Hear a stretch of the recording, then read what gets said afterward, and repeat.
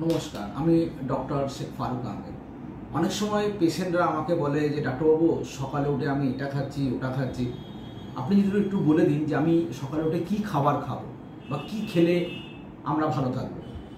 তা আমি আপনাদেরকে এটাই বলতে পারি যে সকালে উঠে খালি পেটে যা যা খাবার আপনারা খেতে পারেন, যেটা হচ্ছে সকালে খালি পেটে যদি আপনারা কিশমিশ ভেজানো জল খান, তাতে কী হবে, রক্তশূন্যতা অনেকটা কম হবে। যদি কাঠবাদাম খান খালি পেটে, তাহলে কি হবে, সেটা স্মৃতিশক্তিটা অনেকটা বৃদ্ধি পাবে। যদি খেজুর আপনারা খালি পেটে খান সকালবেলায় উঠে, তাহলে সেখানে আপনাদের কোষ্ঠকাঠিন্য দূর হবে।